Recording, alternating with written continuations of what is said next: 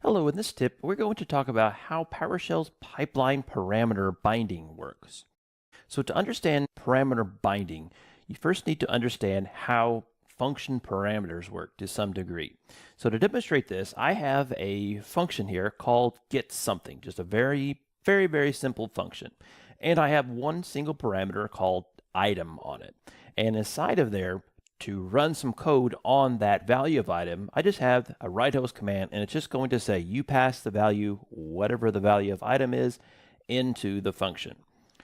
So let's first add this into memory, and I'll run this without PowerShell pipeline input, and I'll show you what it does. So I have item, and I'll just say testing, whatever, and it returns to me, you pass the parameter value testing into the function. So exactly what we would expect.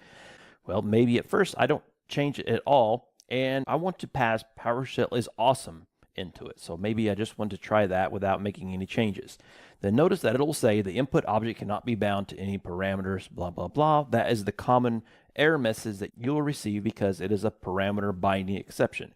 PowerShell cannot find a way to bind your output, in this case is a string PowerShell's awesome, to the input of getSomething. We need to make a few changes to this. First thing, we need to use the parameter keyword there. So on line 16, I have in brackets parameter and then open paren, close paren. That gives us a container, if you will, to provide parameter attributes to it. That's necessary to use. So let's go ahead and we will add this in here and then run it again. And then that didn't do anything because that's the next step that you need to do. You always have to have that parameter container, I guess, if you will, in your advanced function. So that's the next step. Finally, to actually get this to work, we'll first talk about binding via the property name. PowerShell has two ways to bind. PowerShell can bind either via the property name, a single property, or an entire object. So this first instance, I'm using property name. To do that, notice that I have the same parameter container there, and inside I have the word value from pipeline by property name. This tells PowerShell to look for a property name coming in via the pipeline called item. It's going to try to match whatever this parameter name is in here. So now notice that I have item here, and let's see what this looks like. So I will go ahead and put this into memory, and then I'm going to just purposely make this not work. So notice that we have to have a property coming into the function called item. In this case, I'm going to use getService. So if I use getService and check out all the properties on getService, notice that we don't have anything called item. There's no property service. We have name, required services, can pause, continue, blah, blah, blah. We have a lot of different properties there, but nothing is called item. So I will try to move this over here and now look like it does the same thing. It cannot find a way to bind the parameters. So now what we have to do is if we do want getSomething to return to accept pipeline input via a property name, we either need to change the property name that's coming into getSomething, or we need to change the name of the parameter on getSomething. In this case, I'll just go ahead and change the parameter and I'll call it name. And then I also changed the value on line 47 there to $name to represent the correct value. I will go ahead and load this into memory. And then now I can pipe getService to getSomething. And now you can see that we didn't return an error, and it says what we expect. You pass the parameter value, in this case it's WUAUSCRV, into the function. So it was able to find that name property. And let me scroll up here a little bit. Right here, you can see that bound that name property to the input of getSomething. So that is binding by property name. Now you can also bind by object. So how that works is that binds the entire object on here.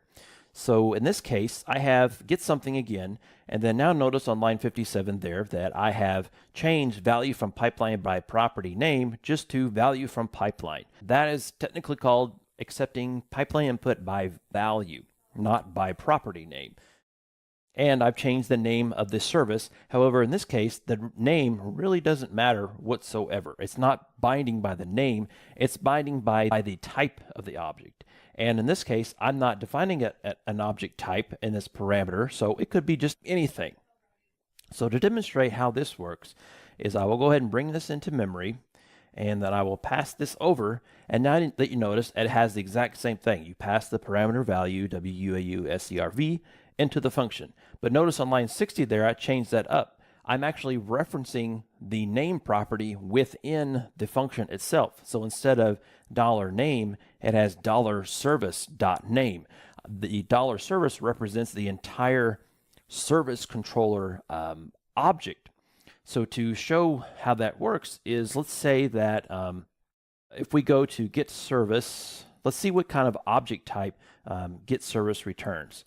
So I'll do the get member of get service here, and you notice that's a service controller object and it has a name. If we don't define an object type here in the in parameters, it really will bind just about anything. But honestly, that's not very good practice. So let's actually get more specific here and define this service to be a service controller object. So I will do that by putting it here in brackets, saving it, and I will put this in memory again and run this again. And now notice that it still works because get service returns a system.serviceProcess.serviceController object. However, let's say that, I don't know, let me pick a good command here. Let's say test connection. Let's just say I have a command called test connection out there, and I want to pipe that to it. So let's see what kind of object test connection returns. Going up here, I notice that it's a system.management object, blah, blah, blah. All right, so we try this. And this object type really doesn't matter. I'm just going to put one in here to demonstrate this. Now I will go here, add that in, and then I will try this again. And then now it says enable define type. Well, when enable define type is because obviously this system.management object, when you have a pound here, root, this is a WMI object. So let's try another one. So let's say that we're going to get simple here. We'll just do Boolean. Run this in, try get service.